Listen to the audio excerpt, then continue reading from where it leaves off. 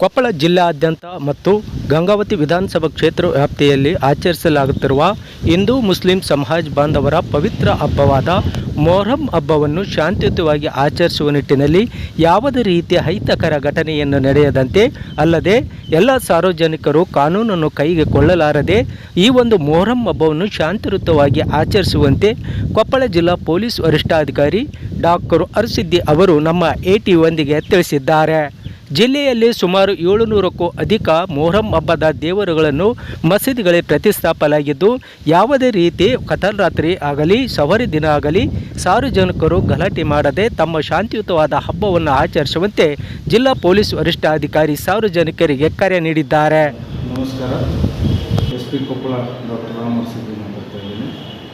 ಈ ದಿನ ಮುಂಬರುವ ಮೊಹರಂ ಹಬ್ಬದ ಪ್ರಯುಕ್ತ ನಮ್ಮ ಅಧಿಕಾರಿಗಳೊಂದಿಗೆ ಹಾಗೂ ಇಲ್ಲಿದ್ದಂಥ ಲೋಕಲ್ ಲೀಡರ್ಸ್ ಎಲ್ಲರಿಗೂ ಒಂದು ಸಮನ್ವಯ ಸಾಧಿಸೋಕ್ಕೆ ಒಂದು ಮೀಟಿಂಗ್ ಥರ ಮಾಡಿಕೊಂಡು ಅವ್ರಿಗೇನು ಸಮಸ್ಯೆ ಇದೆ ಕೇಳೋಕ್ಕಂತ ಬಂದಿದ್ದೆ.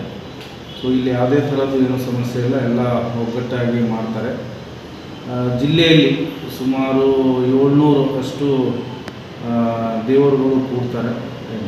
ಸೊ ಆ ಪ್ರಯುಕ್ತ ಬೇರೆ ಬೇರೆ ದಿನ ಇವತ್ತು ನಾಳೆ ನಾಡಿದ್ದು ದಫನ್ ಮಾಡೋದು ಹಾಗೂ ಪ್ರೊಸೆಷನ್ ಮಾಡೋದು ಮಾಡ್ತಾರೆ.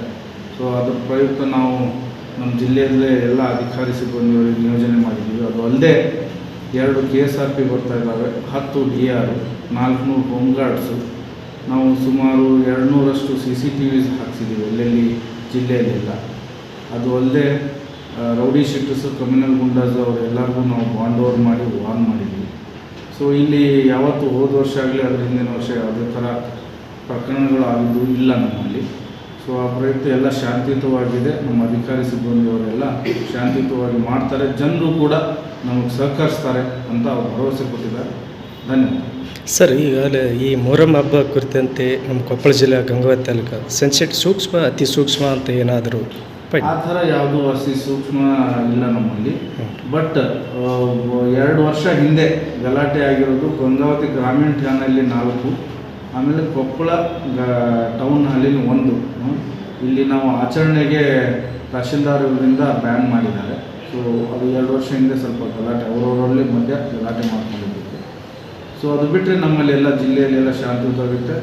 ನಮ್ಮ ಬೇವೂರು ಠಾಣೆ ಲಿಮಿಟ್ಸಲ್ಲಿ ಕುದ್ರಿಮೂರ್ತಿಯಲ್ಲಿ ಸ್ವಲ್ಪ ಜನ ಜಾಸ್ತಿ ಸೇರ್ತಾರೆ, ಅಲ್ಲಿ ಅದು ಒಂದು. ಅದನ್ನು ಬಿಟ್ಟರೆ ಬೇರೆ ಎಲ್ಲಿ ನಮ್ಮಲ್ಲಿ ಸಮಸ್ಯೆ ಇಲ್ಲ, ಶಾಂತಿಯುತವಾಗಿ.